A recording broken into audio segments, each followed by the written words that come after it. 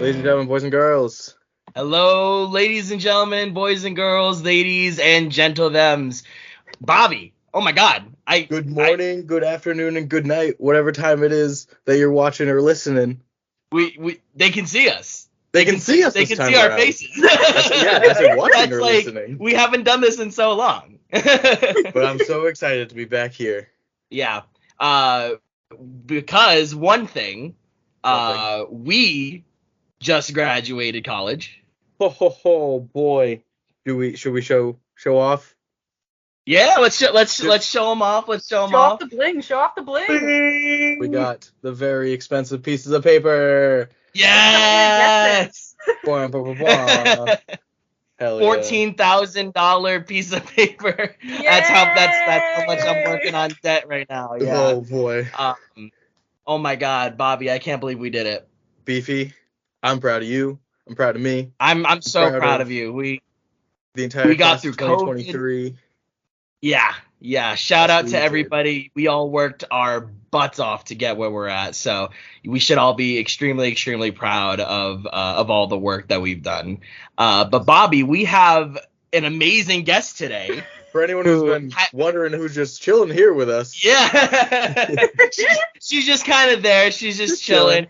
Yeah, we actually weren't planning on acknowledging her the whole time. Private, describing everything.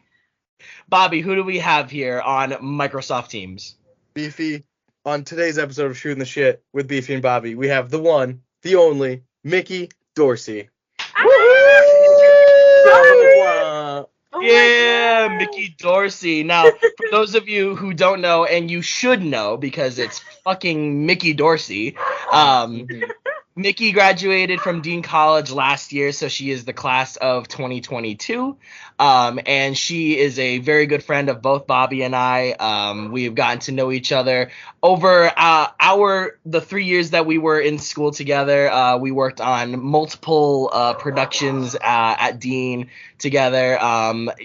Mickey stage managed me in Theory of Relativity, and that was easily one of the best shows I've ever been in my entire life.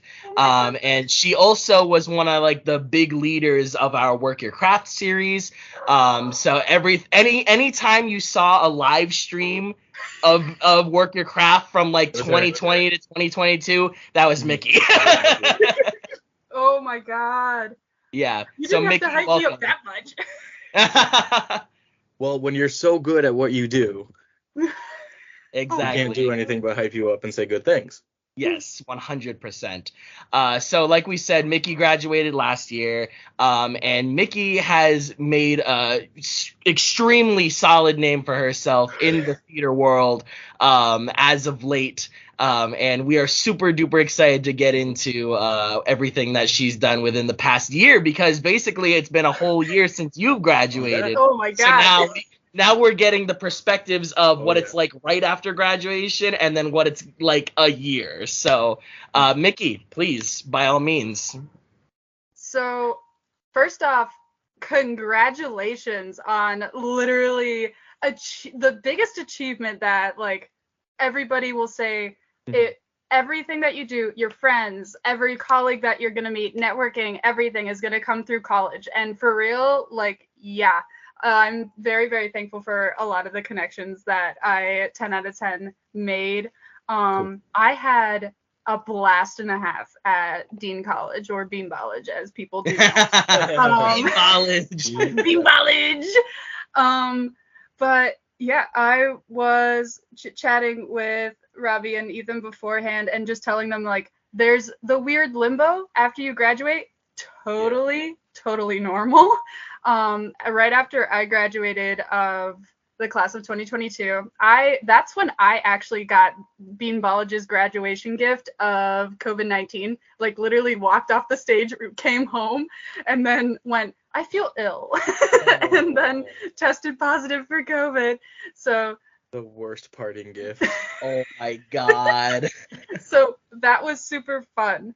But I was also my wonderful roommate Katie Moran knows I was one of the people that was on playbill.com looking for jobs all throughout my senior year, and after I graduated, I was like, I'm readjusting. I don't know what I'm doing. So I just kind of was in this limbo state for probably about like a month. And then I went, you know what? For shits and gigs, I'm going to go on and I'm going to Google like production management, stage management apprenticeships, and literally found 3. So please don't disclaim / censor out things. So one of them was at Manhattan Theater Club, which was one of the places that I was looking at.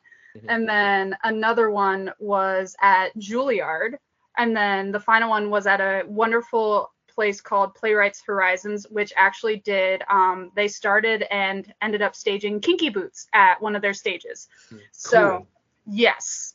So for me, I was just like, we'll see what happens. Nothing's going to really happen. I typed up a cute little cover letter, sent out my resume, and went, we'll just see what happens. It's fine. I'm a younging, fresh out of college. It's fine. And then I thought it was the weirdest thing because I got emails back from all of them. And they were like, hey, you want to do interviews? And I was like, this isn't real. This is not real. Like, what's going on? Ended up interviewing, and Juilliard told me, you need just a little bit more time. We want to see you a little bit more aged. And I went, got it, like a fine wine. Period. Get to them fine wine levels, Mickey, as if you're not there already. I ended up interviewing with Manhattan Theater Club for their production management department, and they were just kind of like, cool, you're fun and fresh. And I was like, great. And I went, hope to speak more soon. If not, like, you guys do great work, whatever. And then I had my interview on a Friday. The weekend happened, and on the Monday they went, you start September 6th. And I went, yeah.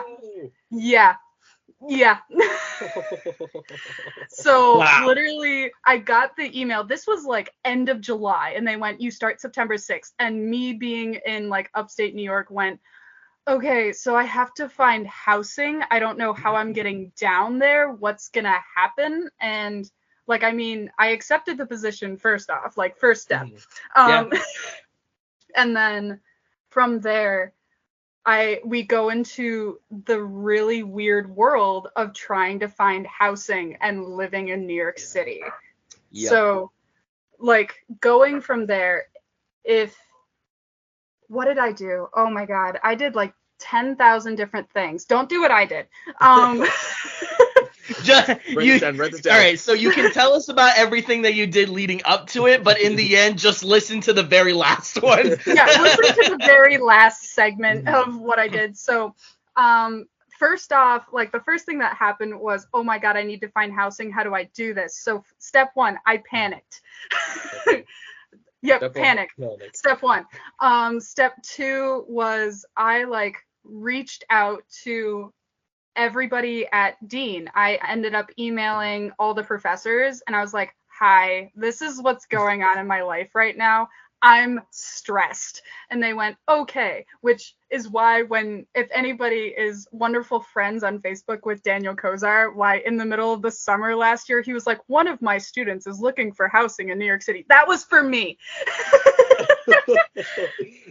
I haven't sent him that friend request yet, but that's so funny.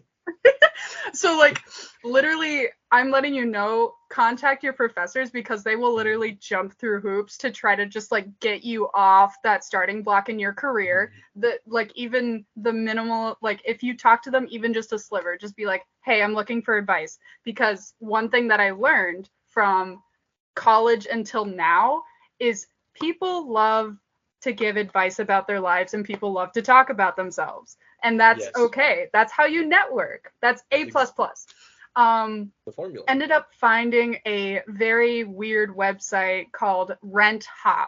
So RENTHOP.com. So on there, they essentially list out rooms.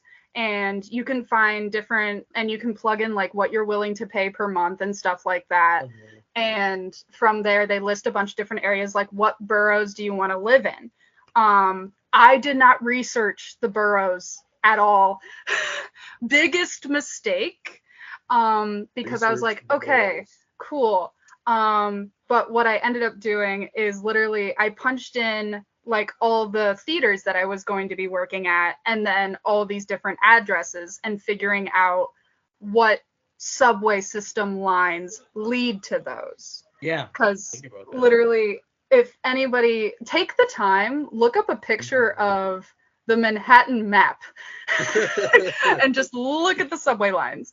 And ended up going through, I think I was looking at apartments in Astoria, which is in Queens, and then I ended up looking at a bunch of apartments in Harlem, which is in like the upper part of Manhattan.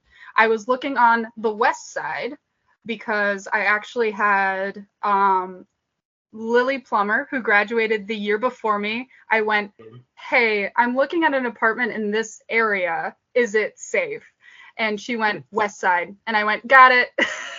Period. End of sentence. Ended up probably, I think because I lived in upstate, it was hard for me to go and tour, and because they still have those platforms from COVID, so you can still technically do a virtual tour of an apartment. Cool. So I was touring virtually these apartments for a while, and then ended up being like, all right, it was the last 2 weeks in August, and I still had not had it. I didn't have an apartment, and I was panicking. And I was like, you know what? I will couch surf for the first week, whatever I need to do. Ended up finding an apartment in Harlem, which was an apartment that they took each individual room and put it up for rent. So what ended up happening is I got that apartment, and I knew no one that was going to be living with me. So first step, 10 out of 10, don't live with people that you don't know unless it's a college setting and it's okay and welcoming, or B, like, try to live with people that you know unless it's like an absolute last resort and you need a place to stay. Even then, if you have friends, come crash on my couch, guys. If you want to come to New York, literally just hit me up, crash on my couch.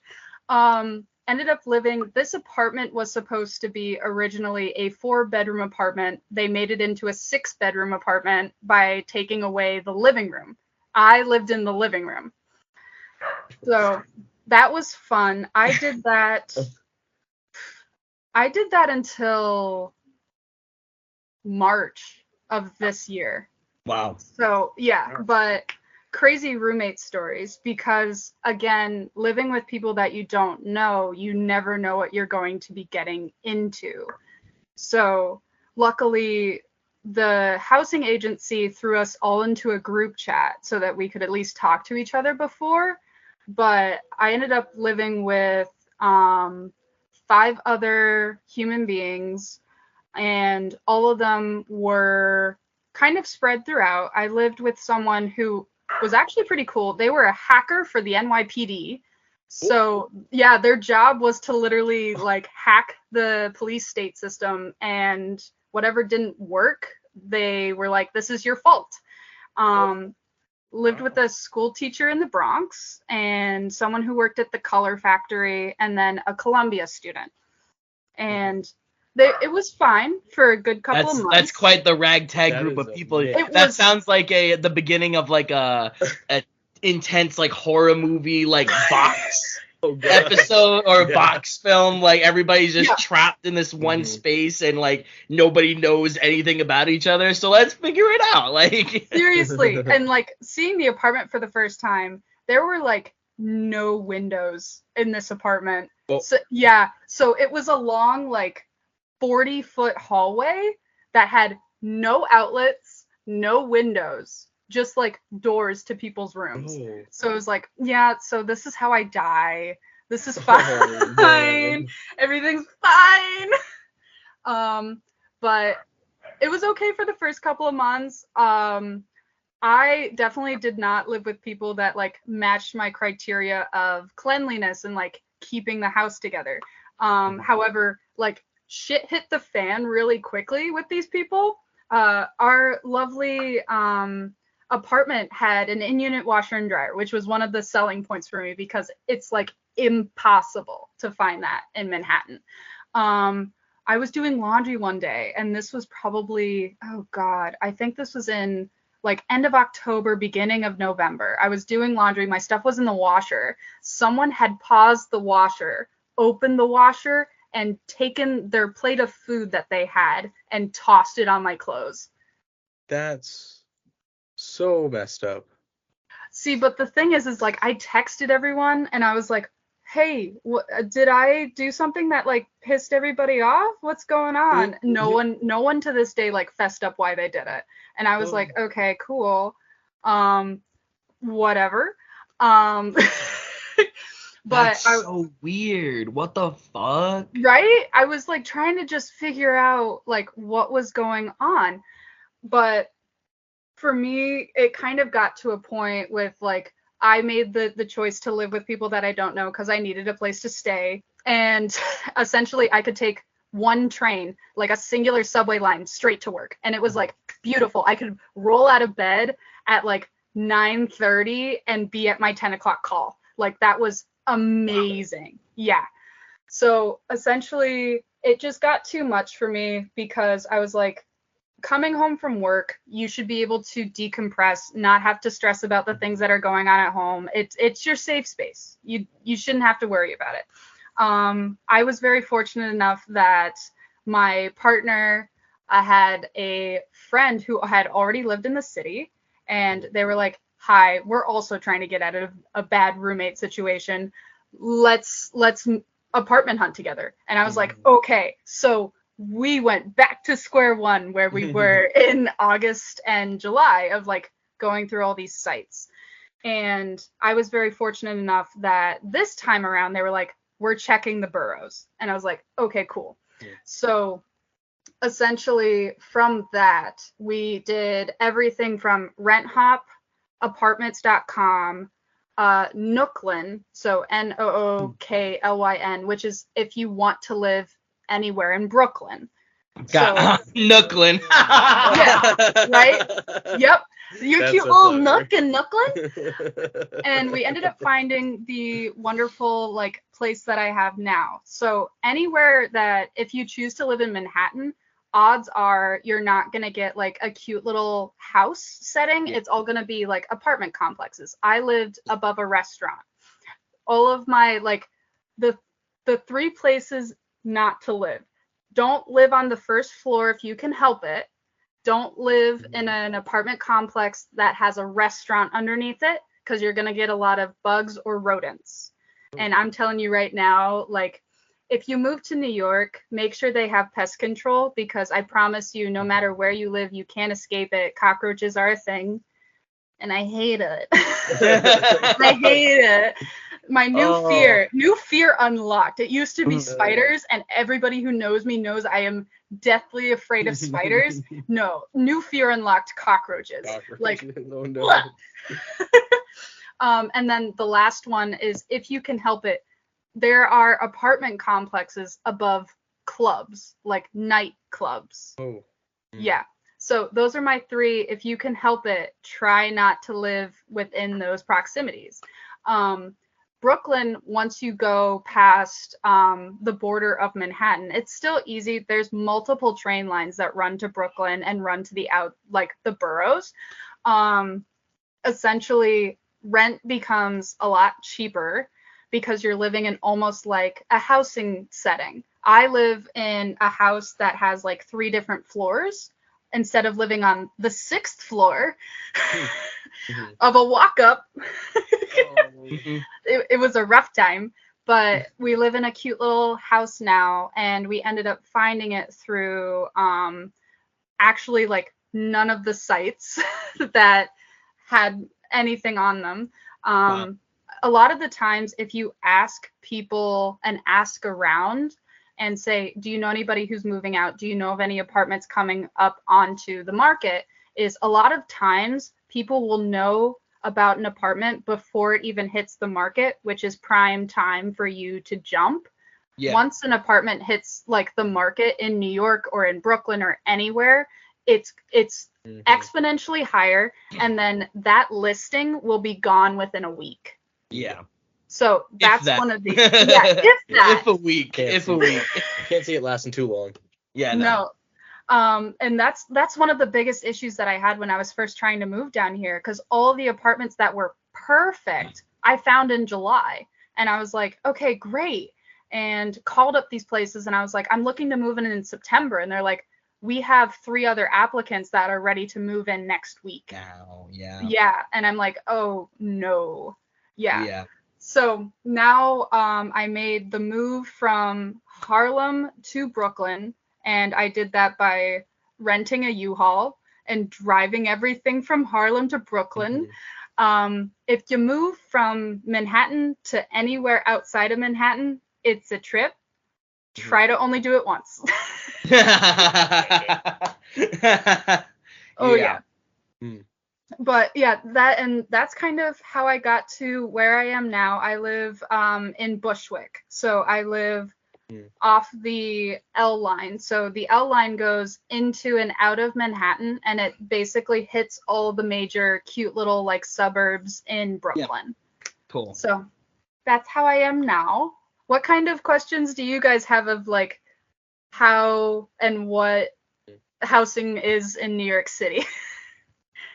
I think my biggest thing is just like the mental and the preparation, because like you have your stuff, you have your belongings, you have your needs, like, so how do you put all of those things into consideration when you're also just trying to be like, I will literally take anything at this point, you know? So biggest prep before you even like look at any apartments or even like try to visualize your stuff in an apartment, first thing that you have to do if you're going to house hunt is have your bank statements ready. If you have proof of employment, have that ready. And then your ID and another form like a social security card or a passport. And then the one thing that people don't know that they can do is and there's no issue in having it, is a guarantor, which essentially is like having an individual that makes like 80 times the rent sign on with you. No issue in that whatsoever. For my first apartment, I had a guarantor. For this new apartment now, I don't need one because the rent is like half of what I originally was paying. And then going to like visualizing all of your stuff and how you're moving it there. What did I do first round? So first round, I don't know if I'd recommend it, but do what you have to. I brought a huge like orange carry-on suitcase onto an Amtrak train with me. And then along with that, I had a camping backpack with enough stuff for like a week. And then brought that with me, moved into my apartment, lived out of a suitcase. I had an air mattress in there and everything, and went, cool, this is what we're doing. And I was fortunate enough that I took the train back up and just drove down with my father, and we moved all of my stuff in. Getting ready to move down, everybody's kind of like, when you move to Manhattan, you need to live a really minimalistic lifestyle.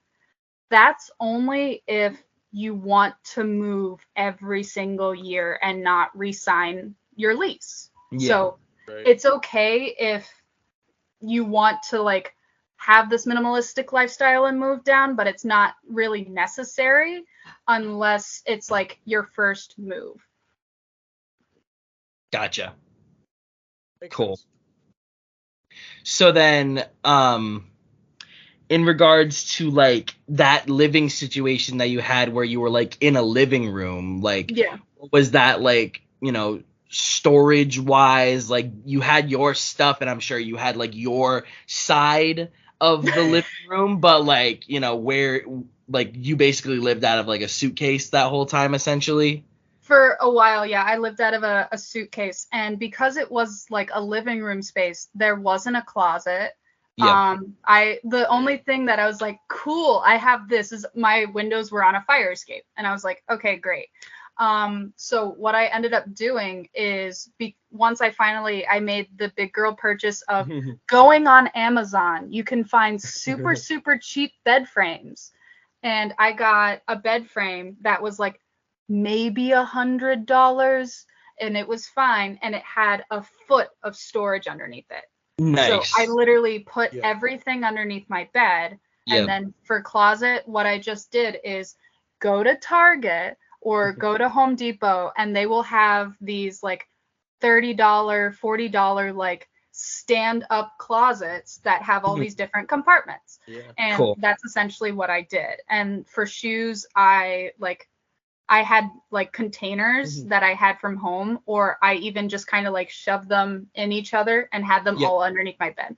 As far as storage goes, the number one thing that I did not do or consider in my first apartment, which I really should have, is a lot of New York apartments have ridiculously high ceilings. So they'll be like really itty bitty rooms, but they will have like 20-foot ceilings. Use the height to your advantage. If you're going to get a storage anything, make sure it's tall. It does not have to be wide. Yeah. Cool. That's actually really good to know, because that's like my biggest concern is like just making sure I at least have something to sleep on, and making sure I have clothes on my back, like that's one of my biggest things, because all the other accoutrements will come. Exactly. And like with the way the housing market is, how it, it's like a fluctuation It's and everywhere everything right now. Yeah. There's like a huge push in the New York City right now to make and build more affordable housing for people, and they said that that's going to be a 1 to 2 year project. So hopefully for those who are planning to move to the city within the next 1 to 2 years, hey, you'll be a-okay. Quick turnaround. Quick turnaround in the city. Cool. That's awesome. Wonderful. So I do want to talk about your theater experience, because that's really what you went down there for, So like, how has your relationship with the company been? And where are your like next steps in regards to like, okay, you're with this company right now, what's 5 months from now going to be? That's always the $1 million question too, of like, once you leave college, everybody just comes up to you and goes, what's next? And then Yep. I've gotten that at least 30 times within the past 48 hours. So yeah. Been the And question like of the weekend. Oh my God. And it's okay to not know, especially moving in the, like, being in the city. It's okay to not know whatsoever. So with the company that I am with right now, a little bit of background, Manhattan Theater Club. So we put up on the Samuel J. Friedman Theater, we did Cost of Living, which has 5 Tony nominees right now. Woo! Woo-hoo! Yeah, big one. And then we did the collaboration with Paul Bettany and Jeremy Pope. Yes. Which I remember during your senior trip, everybody was like, yeah, wait, what? And I was like, yeah, I work there. and everybody was like, what? Yep. And then we have running right now, it actually extended. We have Summer of 1974 with Laura Linney and Jessica Hecht. Yeah, they're beautiful humans. They're beautiful humans. Yeah. Some of the nicest people I've ever met. Jessica Hecht actually came up to me during the rehearsal process, and she was like, how are you, sweetie? Are you doing okay? Sweetest human being. Sweetest human being. Like, a lot of these people, when you get to work with them, you have in your mindset, and you're like supposed to have this specific like professionalism outlook on people when you work there. And just like taking Paul Bettany to his wig fitting of like, hi, I'm Mickey. We're gonna go fit you for your Warhol wig right now. Oh my God. And just him being like, all right, yeah, sounds cool. And I'm like, okay, great.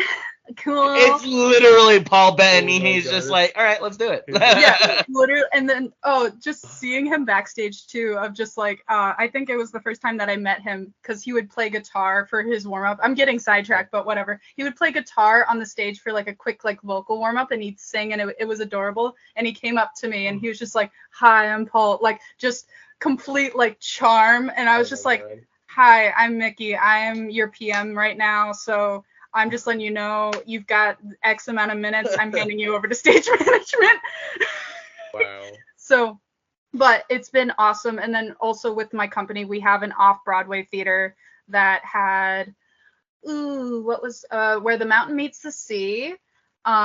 We had The Best We Could, and now we have King James, which is actually a play about two individuals' lives in Chicago revolving around LeBron James and how that helped with their upbringing. It's really, really cool. And the tickets are super affordable if you guys can get a chance to go. Oh my God, abso-freaking-lutely. So with the company that I had, they have a traineeship program. So essentially what that is you get to be with the company for like a full season and you're thrown hot into the fire. Like my first week working here, they're like, hi, we're in the middle of tech. And I went, cool. Yeah, it was. That's not just a fire or a coal chute. That's like getting thrown into the pack of wolves right away. Literally everybody asking me my first week of work, they're like, how is it? And I was like, well, they asked me to step on a moving train going 200 miles an hour, so that was fun. And then because I'm like, and because I work in production, this is also a metaphor. This is a metaphor. So it's like a train going 200 miles per hour. You have to jump on it. And because I work in production, it is the main cog that is making this show work. It's like jumping on this moving train and making your way up to the conductor car. So it was. Yeah. Yeah. A really good metaphor. Yeah. And it was, everybody would have thought I would have been immensely stressed. It was stress, but it was also like a new world mixed with excitement. It was working for Broadway, which I was like, oh my God, I was starstruck at the time. Yeah. So I was like, yeah, rightfully so. But in working on all these shows, you get to meet the stage managers, the directors. You have like all the artistic staff that work in the office that you meet. And my one fault for like the first 2 months that I worked here, because I was so like head down, starstruck, feeling like I had imposter syndrome, like I shouldn't be here. And I just didn't talk to anyone. That was my biggest fault. Because as soon as I opened my mouth and I was like, I want to talk to these people, I walked right into the artistic producer's office and I went, hi, I'm a stage manager. And he looked at my resume and he went, this is impressive for someone your age. And yeah, so shout out to Beam Ballage for all the shows that they throw you on and make you do. It builds your resume to the max. So literally never be afraid to open your mouth and chit chat with someone about what you want to do, because ultimately you never know who you're talking to. I ended up talking just to some of my friends in the literary department. And I was like, hi, I want to do stage management. I'm like building up and getting this job experience here so I can better know how a show works. And accidentally didn't know who I was talking to. They ended up saying, can you send us your resume? And I was like, okay, cool, sure. Ended up just filing in like job offers for like stage management work. Again, like you never know who you're going to talk to. You can't make this shit up. You can't. And genuinely, like, I'm sorry to cut you off, but like, no, you're good.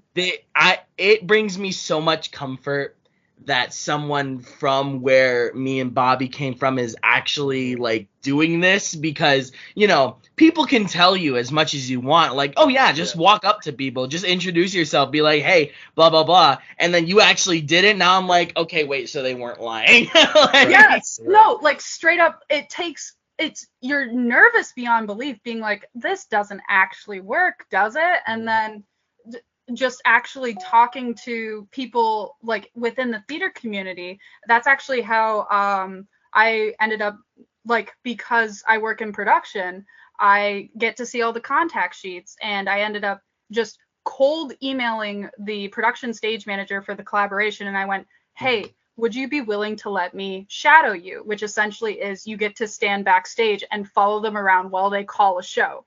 Yeah. And they went, oh my God, we can go for coffee before. And it was the cutest thing. It was adorable. Oh.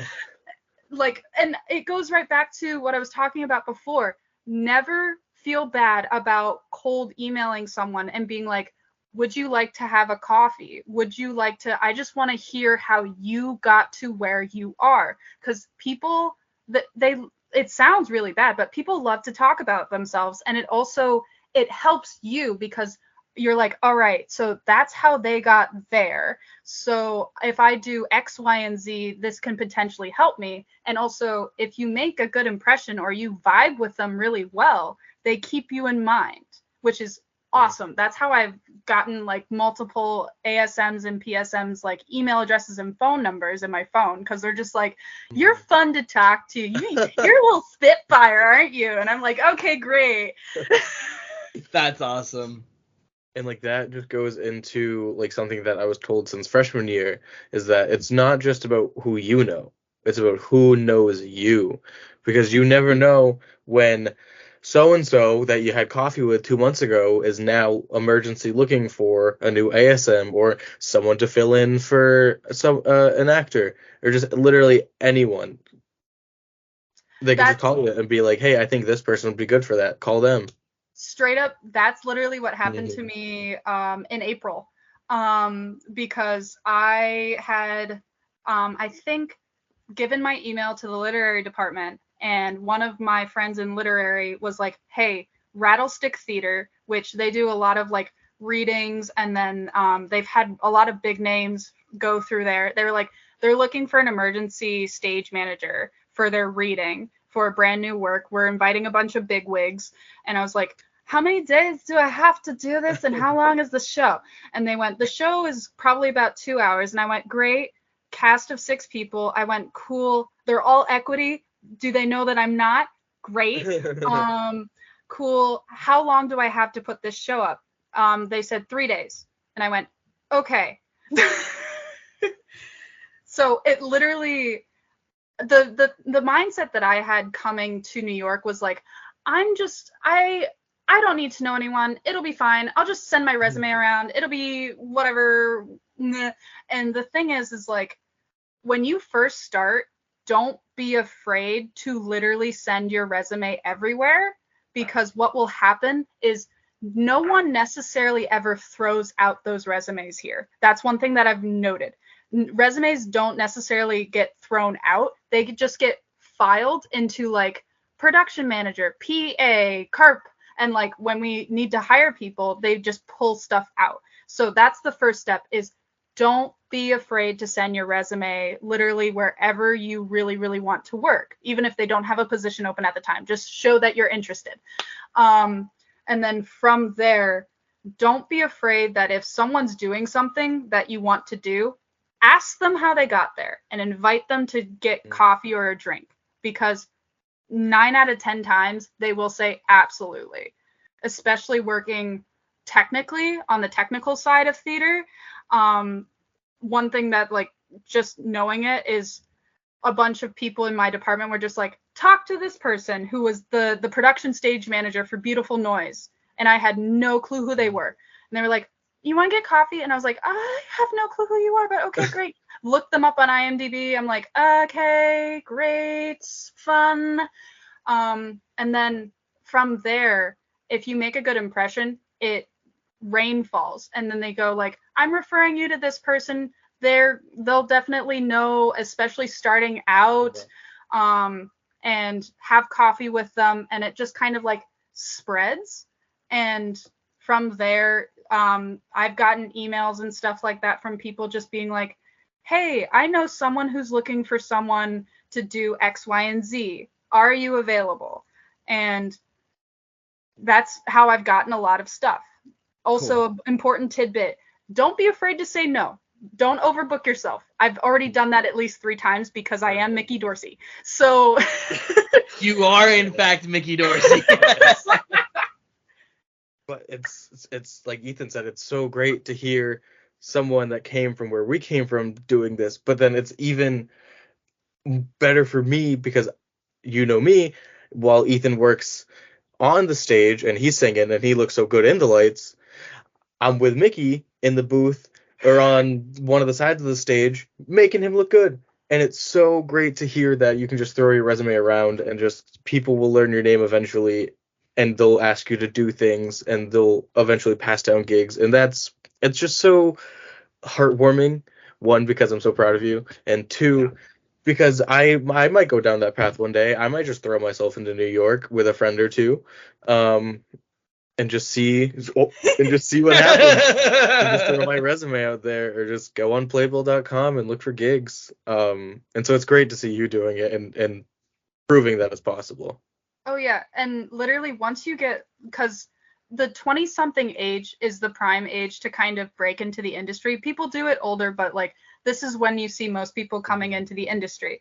And it's okay. Literally, don't be afraid to like text the people that you know in New York City. I have like people from Dean being like, "Hey, can I chit chat with you about like your experience?" And I will always say yes, because my thing is like getting here, I had so much help, and going through this, it's like you will be in like the higher up position one day and be the person that you needed and you wanted within that time frame. And that's what I want to do for other people, both like on and off the stage, because wonderful things happen. And I'm close friends with the casting department people, and they're phenomenal people.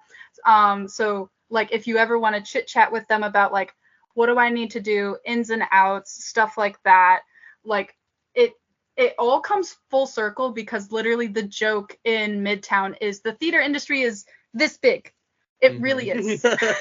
Yeah. 100%. So I want to talk about like, from at least, because obviously you're technical theater, and so you and Robbie have that in common, and you guys can talk hours about what the production sides of things are. But like have you seen like the horror shows or any of the bad things when it comes to like being an actor, or like the people that you're working with and what they struggle with? Do you want horror shows as in people who are hard to work with, or like horror shows as in people who are like, I wouldn't call it a horror show of people like trying to break into the industry. That's just you working. I've seen I meant more of like somebody like me who is trying to be an actor, who is what you've seen, like people what they're doing as well. So actually a lot of fun fact, a lot of people who are working and doing desk jobs in New York are actually like actors, or people who have a lot of part-time jobs are also actors. Mm-hmm. The weirdest thing about Manhattan is you can have like a coffee shop job or like a bookshop job, and the most like, I don't know, I just find it weird because I've never experienced it, but literally people can just be like, "Hi, I have an audition, can I?" And they're just like, "Go." And I was like, what? And because that's like the weird unspoken understanding of people in the city. So like if you need to make a livable wage and be working a job, it's okay. They understand, which is super awesome. People who are trying to kind of like break into the industry, they end up doing, which is actually one of the things that I just did with the wonderful David Livingston. There's all these like smaller theater communities that are kind of underground. They still pay you, which is super cool. Don't do work and not get paid. That's the biggest culprit of like coming out of college. Get paid for your work. Is they'll do kind of like these smaller plays on like underground stuff, or even just online Zoom readings.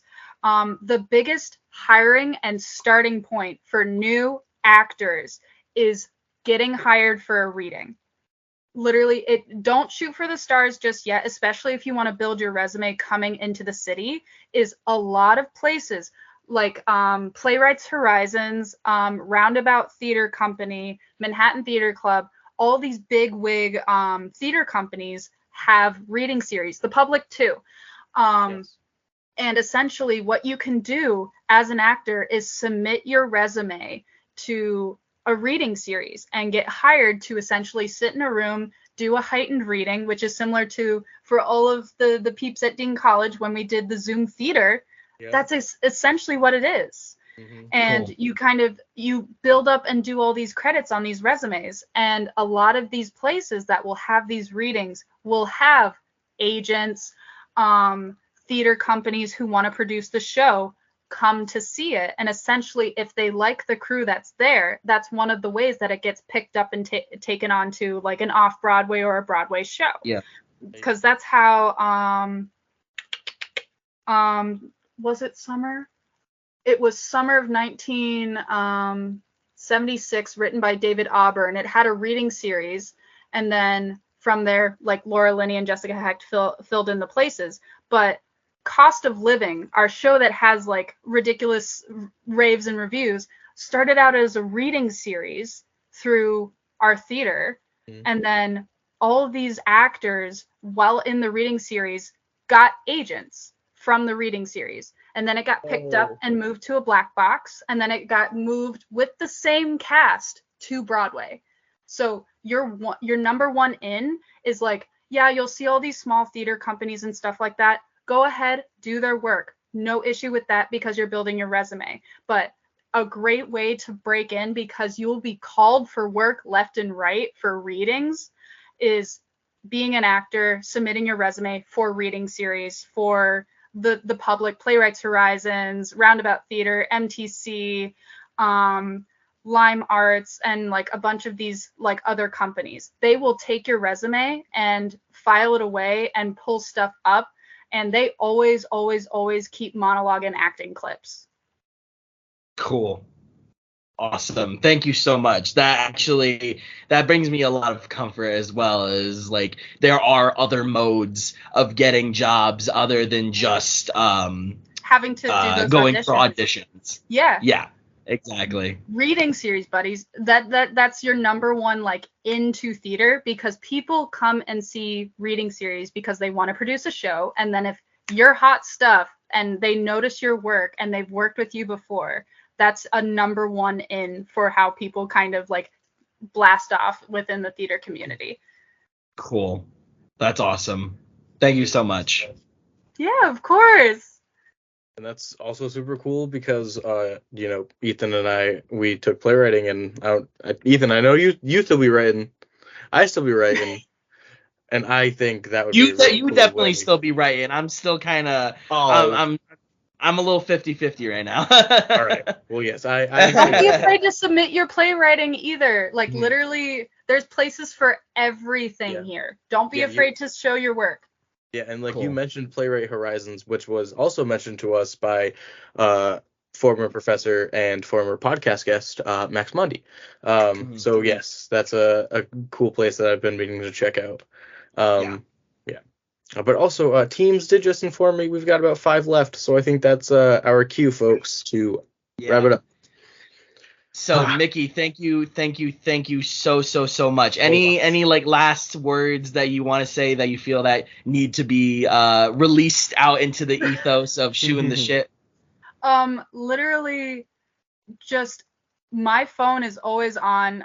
Some people say that like I'm really bad at responding, but I always get back to people. I'm either like on it or I'm not there at all, and I will get back to you. But literally, I've said that like 5 times. Anyway, if you ever need anything, if you want to just get in the water just a little bit within the city, feel free. Please, like, let me know, because I love hooking other people up and coming to the city, because the one thing that I didn't know until I got here is everyone in the theater industry works hard to make sure other people get booked. So don't be afraid. If you come here and say what you want to do, people will help you 110%. Sweet. Awesome. You heard it here first. Friends get friends gigs, folks. Oh, yeah. 110%. Awesome. Well, folks, Mickey. This has been another episode of Shooting the Shit with Beefy and Bobbie. I hope you all really loved this episode, because I certainly did. This has been fantastic. And I can't wait to start doing episodes about life, Bobbie. We're in it, man. We're doing it, and we're gonna do it well. Yes, we are. You guys are gonna be great. Yeah. Well, with that, this has been. We didn't like make a big fuss of it, but this being the season 2 finale. Yes. Shooting the shit. Stop! Wait, Season 2 finale. Yes. Surprise, folks. Surprise.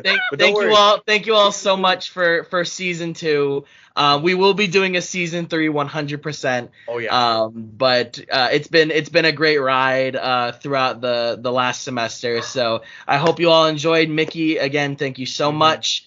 And please look out for a season 3 announcement. And on that note, this is Beefy. And this is Bobbie. And this is Shooting the Shit with Beefy and Bobbie. Oh, hell yeah.